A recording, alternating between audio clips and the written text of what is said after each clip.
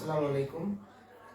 আশা করছি সকলেই মহান আল্লাহ তাআলার অশেষ রহমতে অনেক অনেক ভালো আছেন, সুস্থ আছেন।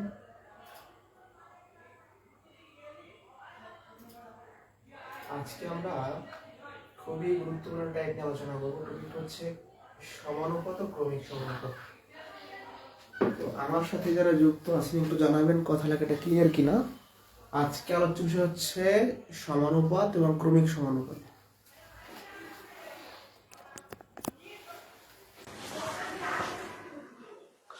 যারা যুক্ত আছেন জানাবেন কথা লেখাটা ক্লিয়ার কিনা। কথা লেখা ক্লিয়ার থাকলে আমি শুরু করে দিব। একটু জানাবেন কথা লেখাটা ক্লিয়ার কিনা।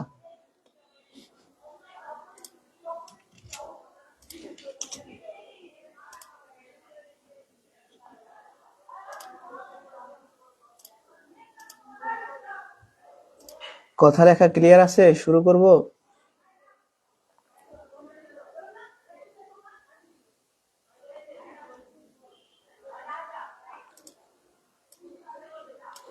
আজকে আমরা কিন্তু দারুণ একটি জিনিস শিখব, ক্রমিক সমানুপাত আর সমানুপাত দুটো জিনিস শিখব।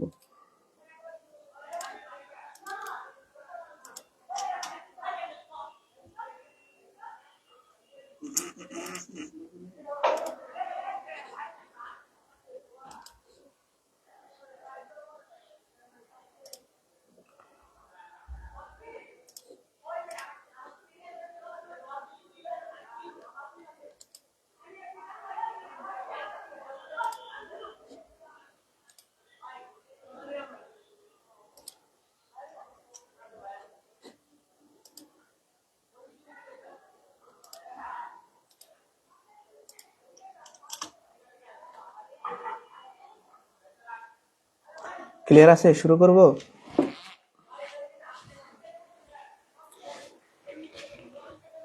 ওকে,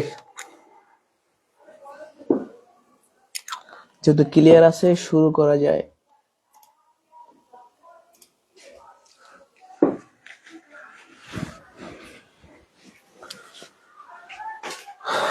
আবারও বলছি, আজকে আলোচ্য বিষয় হচ্ছে সমানুপাত ও ক্রমিক সমানুপাত। শুরুতে ছোট একটা কথা জানাই রাখি, যারা বেসিক থেকে গণিত শিখতে চান আমাদের নতুন ব্যাচে অ্যাড হইতে পারেন। একটা ব্যাচ চলমান আছে, কিছুদিন আগে শুনেছে, আর একটা হচ্ছে এই মাসের 26 তারিখে ওরিয়েন্টেশন ক্লাস। এই বইটা পাঠাবো, মানে এই শীটে বেসিক আছে, শর্টকাট আছে। এই বই প্লাস ক্লাস মিলিয়ে কোর্স করলে আশা করি উপকৃত হবেন। আমাদের কোর্সে ভর্তির জন্য 0176430147 এই নাম্বার হোয়াটসঅ্যাপে নক করবে, তাইলেই হবে। আমাদের আজকে আলোচ্য বিষয়টা হচ্ছে সমানুপাত, প্রপোর্শন যেটাকে বলা হয়। সমানুপাত, এখান থেকে চাকরির পরীক্ষায় প্রশ্ন আসে। সমানুপাত আসলে কি? আমি লিখলাম সমানুপাত, এটাকে যদি ভাঙি তাহলে এরকম হয় সমান অনুপাত। সমানুপাত শব্দের ভিতরে, যে কোনো শব্দের ভিতরেই তার মূল সারমর্মটা লুকায় থাকে। তাহলে সমানুপাত, একে বাংলা হয় সমান অনুপাত। তার মানে দুইটা অনুপাত যখন পরস্পর সমান হবে তখন তাদেরকে আমরা কি বলবো? সমানুপাত বলবো। সোজা কথা, সমানুপাত মানে হচ্ছে দুইটা অনুপাত সমান হইতে হবে। ঠিক আছে, দুইটা অনুপাত সমান হইলে হবে। যেমন আমি যদি একটু সংক্ষেপে বলি যে রহিম আর করিমের বয়সের অনুপাত, আমি বললাম যে ভাই 8:16, এটা আমি বলছি বয়সের অনুপাত।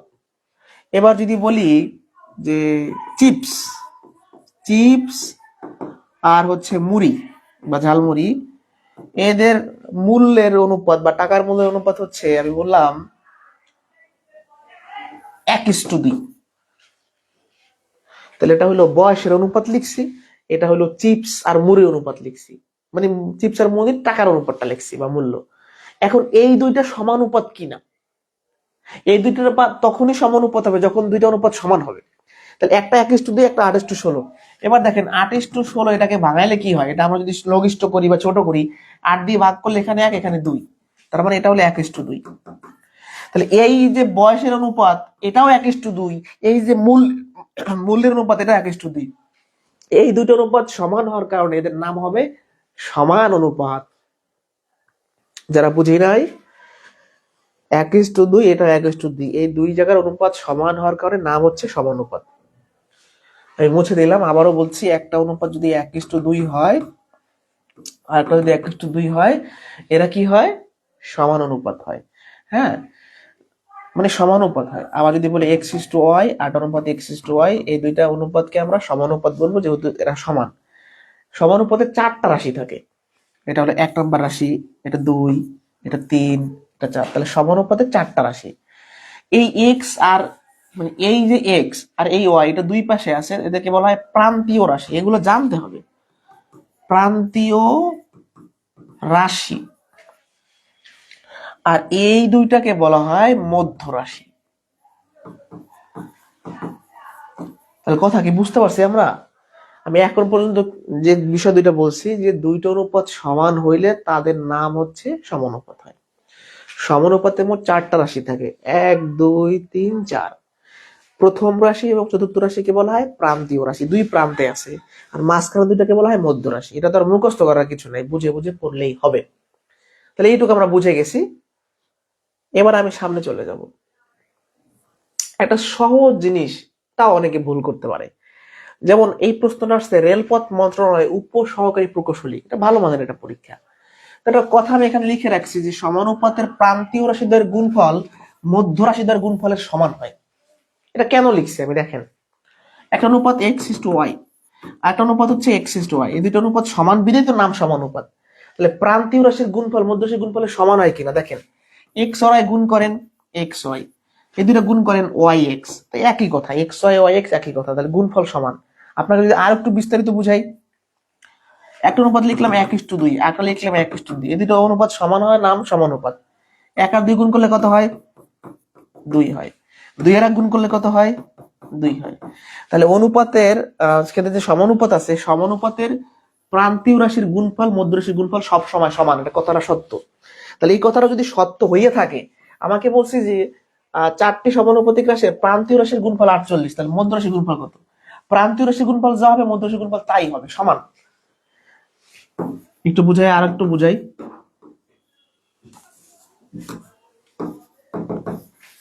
এক্স আর ওয়াই গুণ করলে যদি 48 হয়, তাহলে ওয়াই আর এক্স গুণ করলেও 48 হবে। তাহলে উত্তর কিন্তু প্রশ্নেই আছে, এটা না জানার কারণে আপনি 1 মার্ক কম পাইতে পারেন চাকরি পরীক্ষায়। তাহলে আমরা আশা করি বুঝতে পারছি। এইখানে হলো ভেজাল, এটা মনোযোগ দিতে হবে আমাদের। ক্রমিক সমানুপাত, এখানে শেখার জিনিস আছে। এটা জিনিসটা সোজা, কিন্তু অনেকেই নাও জানতে পারেন, এখানে শেখার কিছু আছে। বলছে কি ক্রমিক সমানুপাত, এটা আমাকে বুঝতে হবে। ক্রমিক সমানুপাত, ফার্স্ট অফ অল সমানুপাত মানে হচ্ছে দুইটা অনুপাত সমান হইলে নাম হয় সমানুপাত, এটা আমরা সবাই বুঝি। তাহলে দুইটা অনুপাত আগে সমান হইতে হবে, তাহলে সমানুপাত। এবার ক্রমিক সমানুপাত জিনিসটা কি? ধরেন আমি একটা অনুপাত লিখলাম a:b, আর একটা লিখলাম হচ্ছে b:c। হ্যাঁ, এখন এইটার মান আর এইটার মান আমি ধরে নিলাম সাপোজ সমান। তাহলে এই দুইটা যদি সমান হয়, তাহলে নাম হবে সমানুপাত। তাহলে আমি ক্রমিক কখন বলবো? ক্রমিক বলবো যদি পাশাপাশি দুইটা সেম হয়। মানে একটা অনুপাত আমি লিখলাম 2:3, আরটা লিখলাম 3:4, তাহলে এই দুটো অনুপাত অবশ্যই ক্রমিক অনুপাত। আমরা সমানুপাতের দাম চিন্তা বাদ দেখি, ক্রমিক অনুপাত বুঝি, সমানুপাত বাদ দেন, আগে ক্রমিক অনুপাত বুঝি। তাহলে ক্রমিক কেমনে? এই যে এই দুইটা সেম, মানে ক্রমিক অনুপাতের সংজ্ঞাটাই বা ডেফিনেশনটাই হচ্ছে এরকম যে x:y, আরটা যদি y:z হয়, তাহলে এই ফরম্যাটটাকে আমরা বলি ক্রমিক অনুপাত। সমানুপাতের চিন্তা আমার দরকার নেই, পরে সমানুপাতের চিন্তা হবে। মানে এই দুইটা যখন সমান হবে, অর্থাৎ প্রথম অনুপাতের উত্তর রাশি দ্বিতীয় অনুপাতের পূর্ব রাশি সমান হইলেই তখন নাম হয় ক্রমিক অনুপাত। এখন এখানে আছে ক্রমিক সমানুপাত, তাহলে আমি সাপোজ ধরে নিলাম যে এই দুইটা অনুপাত সমান, যার কারণে এটাকে আমরা বলবো সমানুপাত। এখন এই দুইটা যখন সেম, তখন এর নাম হয়ে যাবে ক্রমিক সমানুপাত। যারা বুঝি নাই, এই দুইটা অনুপাত যদি মানে সমান হয়, তাহলে নাম হবে সমানুপাত। একটা সমানুপাতকে কখন ক্রমিক বলবো? যখন এর পাশাপাশি সেম থাকবে। তাহলে এটা হয়ে যাবে a:b:c। তার মানে আমরা বুঝতে পারি যে সমানুপাতের 4টা রাশি থাকে। যখন নর্মালি সমানুপাত মানে 4টা রাশি থাকে, কিন্তু একটা সমানুপাত যখন ক্রমিক হয়, তখন তার রাশি 3টা হয়ে যায়। এইটা বুঝলেই হবে, যারা এখনো বুঝি নাই। ধরেন আমি লিখলাম 1:2, 1:2, তাহলে এই দুটো অনুপাত সমানুপাত। হ্যাঁ, তাহলে এদেরকে বললাম চারটা রাশি আছে। বাট যখন আমি এরকম ক্রমিক বলতেছি, একটা অনুপাত এরকম লিখলাম, আরটা লিখলাম এরকম, হ্যাঁ, ক্রমিক যখন বলতেছি এই দুটো যদি আমরা সমান ধরে নেই, হ্যাঁ, তাহলে এটা তো অবশ্যই সমানুপাত। সমান যদি ধরে নেই, তাহলে এই মাঝখানে দুইটা সেম হওয়ার কারণে এটা আসলে আলটিমেটলি এরকম হয়ে যাবে, A:B:C। তাহলে আমার কথাগুলোর মূল জিনিসটা হইলো সমানুপাতের চারটা রাশি থাকে, আর ক্রমিক সমানুপাতে তিনটা রাশি হয়ে যায়, যে মাঝখানে সেম কমে যায়। এটা একটা গুরুত্বপূর্ণ তথ্য গেল। গুরুত্বপূর্ণ তথ্যের পরে আমাদের যেটা লাগবে, এখানে যে কথাবার্তা বলছি তার মধ্যে যেটা লাগবে সেটা দেখেন। A:B, B:C, এরা যদি সমান হয় তাহলে নাম হবে সমানুপাত। তাহলে সমানুপাত মানে মাঝখানে সমান চিহ্ন হবে, আমরা ধরে নিচ্ছি এটা সমান। এবার আমরা সূত্র বানাবো। তাহলে এই অনুপাত মানে ভগ্নাংশ, এই অনুপাত মানে ভগ্নাংশ। তাহলে আড়াআড়ি গুণ করলে এক পাশে আসবে B², এক পাশে আসবে AC। তো এইটা অলরেডি নিবন্ধন পরীক্ষা আসছে, এবং এটা ব্যাংকের প্রিলিম, মানে যে কোনো পরীক্ষা আসতে পারে, এটা BCS, ব্যাংক, নিবন্ধন, প্রাইমারি সব জায়গায় B² সমান AC। এবার একটু আসেন, এই সমানুপাতটাকে ভাঙাইলে হয় এরকম, এটা প্রথম রাশি, এটা দ্বিতীয় বা মধ্য রাশি, এটা তৃতীয় রাশি। তাহলে আমরা অনেক সময় সূত্র মুখস্থ করি যে এটা তো মধ্য রাশি B, তাই না? তাহলে মধ্য রাশির স্কয়ার সমান প্রথম রাশি গুণন তৃতীয় রাশি। এটা আমরা অনেকেই মুখস্থ করি। হ্যাঁ, এটা মুখস্থ করার দরকার আছে, কিন্তু এটা কিভাবে আসছে? এভাবে আসছে। এটা সূত্রের প্রমাণ দেখলাম, আমরা সামনেই ম্যাথ করব। যে একটা ক্রমিক সমানুপাতের মধ্য রাশির স্কয়ারটা প্রথম আর তৃতীয় রাশির গুণফলের সমান। এই যে দেখেন, বি হলো মধ্য রাশি, এ হলো প্রথম রাশি, সি হলো তৃতীয় রাশি। তাহলে মধ্য রাশির বর্গটা হচ্ছে প্রথম আর তৃতীয় রাশির গুণফলের সমান। এটাই সামনে সূত্র হিসেবে আসবে। এটা বুঝছেন কিনা? যারা বুঝি নাই, এটা আমরা লিখলাম A:B:C, ক্রমিক আকারে লিখলে এটা প্রথম, এটা মধ্য বা দ্বিতীয়, এটা তৃতীয়। তাহলে এবার আমরা যদি এদিকে চিন্তা করি যে এই দুজন অনুপাত যেহেতু সমানুপাত বলতেছি, তাহলে মাঝখানে সমান চিহ্ন, হিসাব নিকাশ করার পরে আসে B² সমান AC। এই B² সমান AC এর মানে হলো মধ্য রাশির বর্গ সমান প্রথম রাশি গুণ তৃতীয় রাশি। এটা আমরা অনেকেই মুখস্থ করছি, কিন্তু এটা এভাবে আসছে, প্রমাণ দেখলাম আমরা, এটা আমরা প্রমাণ দেখছি। হ্যাঁ, তো প্রমাণ যখন দেখছি, হায় হায়, তো লেখাই যায় না লেখা,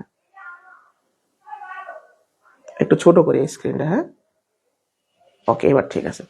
তাহলে প্রমাণ যখন দেখছি, ম্যাথ দেখি। হ্যাঁ, এই সূত্র আমরা সবাই পড়ি। এই যে দেখেন, মধ্য সমানুপাত সমান, এটা আমরা সবাই পড়ি, যে এই সূত্রটা এইভাবেই আসছে। আবার একবার দেখাই, A:B সমান B:C হলে A/B সমান B/C, আর আর গুণ করলে B² সমান AC। এই যে মধ্য সমানুপাতের স্কয়ার সমান প্রথম রাশি গুণ দ্বিতীয় রাশি। তো এইটা দিয়ে আমরা ম্যাথটা করবো। হ্যাঁ, এই সূত্র দিয়েই ম্যাথটা করবো। দেখেন এটা কোথায় আছে, প্রশ্নটা কোথায় আছে?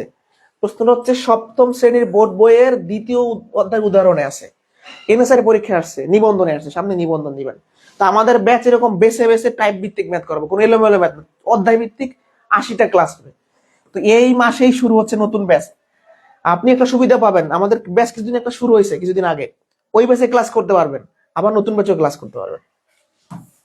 তাহলে আপনারা এই নাম্বারে হোয়াটসঅ্যাপে মেসেজ করবেন। আসলে রাতে ক্লাস নিচ্ছি তো একটু দ্রুত আগাইতেছি, হোয়াটসঅ্যাপে নক করলে হবে। একটি ক্রমিক সমানুপাতের প্রথম ও তৃতীয় রাশি যথাক্রমে 4 ও 16 হলে মধ্য সমানুপাতি কত? তো আমরা সবাই সূত্র জানি, মধ্য সমানুপাতি এর স্কয়ার ইজ ইকুয়াল টু প্রথম গুণন তৃতীয় রাশি, এটা আমরা সবাই জানি। তাহলে প্রথম রাশি হলো 4, তৃতীয় রাশি হলো 16। হ্যাঁ, অতএব মধ্য সমানুপাতি এই স্কয়ারটা রুট আকারে লিখতে পারি এই পাশে আমরা। তো এখানে 4 16 64, তার মানে 8, এটা হচ্ছে আনসার। মানে আমরা যা সূত্রে মান বসাইছি, কিচ্ছু করি নাই, সূত্রে মান বসাইছি। তবে এই ম্যাথগুলো সূত্র না করে এভাবে করতে পারেন। এটা ক্রমিক সমানুপাত, তার মানে এটা হলো প্রথম রাশি লিখবো আমরা, এটা হচ্ছে মধ্য রাশি লিখবো আমরা, এবার তৃতীয় লিখবো আমরা। এই মধ্যটা বের করতে বলছে। প্রথমটা দেওয়া আছে কত 4, লাস্টটা দেওয়া আছে কত 16। 4 থেকে লাভ দিয়ে 16 হয়েছে, মাঝখানে একটা স্টেপ হবে। তো এটা তো পাগলও বোঝে যে 4 এর পর কি হয়ে 16 হইতে পারে, 4 এর পর 8 হয়ে 16 হইতে পারে। তাহলে আপনি সূত্র ছাড়া যদি থিঙ্কিং করতে চান, এই থিঙ্কিংটা আপনাকে করতে হবে। 4 8 16, 4-এর পর 8 হয়েছে, 8-এর পর 16 হবে। এটা বুঝছি কিনা? এই ম্যাথটা করেন তো আপনারা, কে আগে পারবে? এটা সেম ম্যাথ, সেম কোয়েশ্চেন। টিপুর বোনের বয়স, টিপুর বয়স ও তারা বাবার বয়সের মধ্য সমানুপাত। টিপুর বয়স 12 বছর হলে বাবার বয়স 48 বছর হলে বোনের বয়স কত?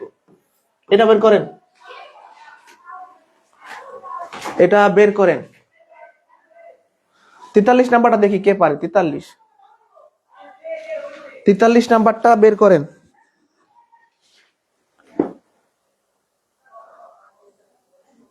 প্রশ্ন 43, চেষ্টা করেন।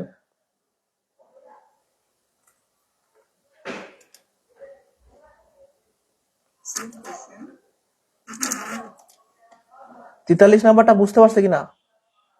সরি, 43 তো না, দুঃখিত, 3, মানে এটা করেন আর কি, 3 নাম্বারটা করেন। যাই হোক, আপনারা চেষ্টা করেন, আমি করে ফেলি আপনাদের, যেহেতু গভীর রাত, এত সময় নষ্ট না করি। একই অঙ্ক, এটা আমরা মুখোমুখি করতে পারি। টিপুর বোনের বয়সটা টিপুর বয়স ও তার বাবার বয়সের মধ্য সমানুপাত। তার মানে কি, টিপুর বোন মাঝখানে। আমি একটু আগে বেসিকটা না করে নর্মালি চিন্তা করি। ফার্স্টে হচ্ছে টিপু, তার মাঝখানে টিপুর বোন, আর তারপরে হচ্ছে বাবা। মানে কনসেপ্ট এরকম, টিপুর বোন হচ্ছে টিপুর বয়সে তার বাবার বয়সের মাঝখানে, মধ্য সমানুপাত। টিপু দেওয়া আছে কত? 12, বাবা দেওয়া আছে কত? 48, তাহলে বোন কত হবে? 12 থেকে একটা স্টেপ পর 48 কিভাবে হয়? 12 ডাবল 24, 24 ডাবল 48, তাহলে অ্যান্সার হচ্ছে 24। আর যদি আপনি সূত্রের সাহায্যে করতে চান, মধ্য স্কয়ার, আমি সংক্ষেপে লিখলাম, সমান প্রথম গুণন তৃতীয়। তাহলে প্রথম হইলে কত দেওয়া আছে? 12, আর বাবা দেওয়া আছে 48, তাহলে মধ্যটা কত হবে? এ স্কয়ারটা এই পাশে রুট হবে। এখন এখানে একটু মজার ব্যাপার আছে, এত বড় রুট করতে গেলে ঝামেলা করতে পারি আমরা, এই জন্য একটু ভাঙাই নিব আমরা। হ্যাঁ, এটাকে লেখা যায় 3 4 12, এটাকে লেখা যায়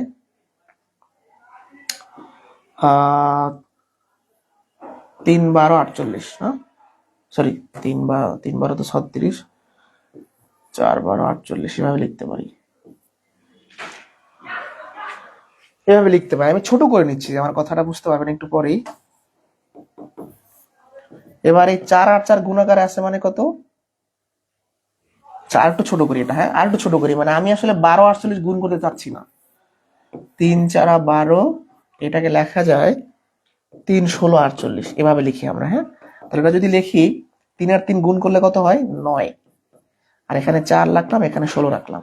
এবার দেখেন, 9 এর উপর রুট করলে হয় 3, 4 এর উপর রুট করলে হয় 2, 16 এর উপর রুট করলে হয় 8, 3 দুগুণে 6, সরি 16 এর উপর রুট করলে হয় 4, আর 3 দুগুণে 6, 4 7 24, এই যে মিলে গেছে 24। তবে এই জিনিসটা যদি আপনার মাথায় না আসে, তখন কিন্তু সমস্যা হয়ে যাবে এত বড় রুট করতে। যারা এখনো বুঝি নাই, লাস্ট একবার বুঝে এটা। এটা দেখেন, 12 কে লেখা যায় না 3 গুণন 4, মানে যখনই রুট করতে ঝামেলা হবে ভাঙাই নেবেন। এটাকে লেখা যায় না 3 16 48। এবার 3 আর 3 গুণ করলে কত হয়? 9, আর এখান থেকে 4, এখান থেকে 16। তা 9 এর উপর, এই রুটটা তো সবার উপর আছে, 9 এর উপর, 4 এর উপর, 16 এর উপর। 9 রুট করলে 3, 4 রুট করলে 2, 16 রুট করলে 4, 24 হয়ে গেল। বুঝতে পারছে কিনা? এটা বুঝতে পারছে কিনা?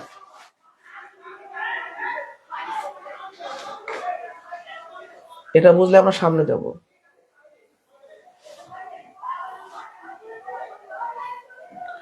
এগুলো পরীক্ষায় আসে, এগুলো সোজা অঙ্ক, সবাই পারবেন। 3 9 ও 4 এর চতুর্থ সমানুপাতিক কত? সমানুপাত মানে 4টা রাশি থাকবে, তো 3 দেওয়া আছে, 9 দেওয়া আছে, 4 দেওয়া আছে। 4 নাম্বারটা আমরা ধরলাম এক্স। এই দুইটা মিলে যে অনুপাত আর এই দুইটা মিলে যে অনুপাত, এরা অবশ্যই সমান হবে। প্রথম দুইটা সমান, শেষের দুইটা। অনুপাত মানে তো ভগ্নাংশ। আর গুণ করেন, 3x সমান 4 গুণন 9, অতএব x এর মানটা হবে 4 গুণন 9, আর 3 ভাগ হবে। 3 দিয়ে 9 কে ভাগ করলে 3, 3 4 12, অ্যান্সার হচ্ছে 12। তবে এগুলো যখন আপনি বারবার প্র্যাকটিস করবেন, তখন আপনার সহজ নিয়মটা কি হবে, যে শেষের দুইটাকে গুণ করে প্রথম দ্বারা ভাগ করলে হবে। এই দুইটা গুণ করে প্রথম দ্বারা ভাগ করলে, এই টেকনিকগুলো আমরা ভিডিওগুলো বিভিন্ন ফেসবুকে দেখা যায়, তাই না? কিন্তু আসলে বেসিক জিনিস এইটা, যে এই দুইটা আর এই দুইটা অবশ্যই সমান হবে। মানে এক্সট্রা আমি ধরে নিছি, 4 নাম্বারটা ধরে নিছি।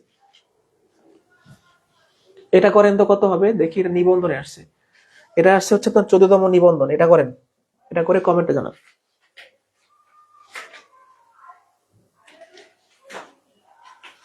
এটা করে কমেন্টে জানান, অ্যান্সারটা কমেন্টে বলেন। এটার অ্যান্সারটা কত হবে? তো আমরা যদি সংক্ষেপে করি, শেষের দুইটা গুণ করে প্রথম দ্বারা ভাগ করবো। 4 দিয়ে 8কে ভাগ করলে 6 দুগুণে 12 হচ্ছে অ্যান্সার। আর যদি বেসিক নিয়মে করি তাহলে কিভাবে করব?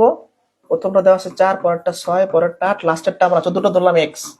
তাহলে এই দুইটা মিলে অনুপাত হবে সমান, এই দুইটা মিলে অনুপাত সমান হবে। তো অনুপাত মানে ভাগ, অনুপাত মানে ভাগ। তাহলে এক পাশে আর গুণ করলে 4x আসে, আর এক পাশে 6 গুণন 8 আসে। তাহলে অতএব x এর মান কত হবে? 6 গুণন 8 আর এই 4 ভাগ হবে 12, অ্যান্সার 12। বুঝতে পারছি? বুঝতে পারছি কিনা দেখেন।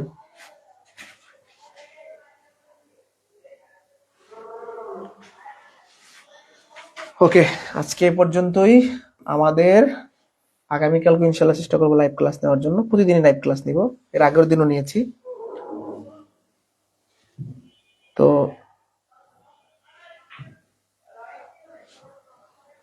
যারা বেসিক থেকে গণিত শিখতে চান, আমাদের এই ব্যাচটা ভর্তি করতেছে, বেসিক টু জব ম্যাথ। এই ব্যাচে আমরা হচ্ছে মোট ক্লাস নিব 85, মোট এক্সাম নিব 20টা, সাথে বইটা কুরিয়ারে পাঠাবো। আমাদের এই বইটাতে বেসিক শর্টকাট দুটোই দেওয়া আছে, এখানে বেসিকও আছে শর্টকাটও আছে। আমরা টাইপ ভিত্তিক ক্লাস নিব। অলরেডি শুরু আছে একটা ব্যাচ, আর একটা নতুন শুরু হবে এই মাসেই। আমরা স্মার্ট বোর্ড নেওয়ার পরে একটা ব্যাচ নিছি, বেশ কিছু এখানে আছে 5 থেকে 700 এরকম হবে স্টুডেন্ট। এই ব্যাচেও আবার ভর্তি হবে বা চলতেছে। তো যাই হোক, যারা বেসিক থেকে গণিত শিখতে চান, এই বইটা নেন আর আমাদের ক্লাসগুলো করে দেখেন। যদি আপনি না বুঝতে পারেন, আপনার দ্বিগুণ টাকা আমরা ফেরত দিব যদি শেষে যে না বোঝেন। আশা করা যায়, কারণ আমরা একদম বেসিক থেকে পড়াবো। হ্যাঁ, এই ক্লাসটার আগেই আমরা একটা 1 ঘন্টার ক্লাস শেষ করে আপনাদের ফ্রি ক্লাস নিচ্ছি। তো যাই হোক, আমাদের কোর্সটা ভর্তি হয়ে দেখতে পারেন, অথবা যাচাই করার জন্য আমাদের ম্যাথ অলস যে পেজে আপনারা ক্লাস দেখছেন, এই পেজ অথবা এই চ্যানেলে অনেক ফ্রি ক্লাস আছে, সেগুলো দেখে সিদ্ধান্ত নিতে পারেন। তো সবাই ভালো থাকবেন, সুস্থ থাকবেন, আল্লাহ হাফেজ।